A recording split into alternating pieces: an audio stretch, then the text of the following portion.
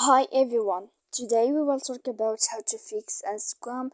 Your account has been your account has been compromised.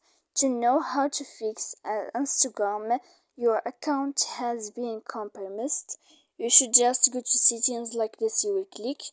After that, in this page, you will go to apps, default apps, app settings.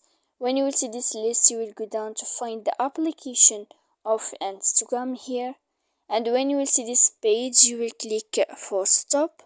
When you will end this, you will enter to storage. After that, in this page, you will click clear cache, and then you will click clear data. And after all that, you can you can turn off your Wi-Fi. So please don't forget to support us by like and subscribe. See you next time in another video, and thank you for watching.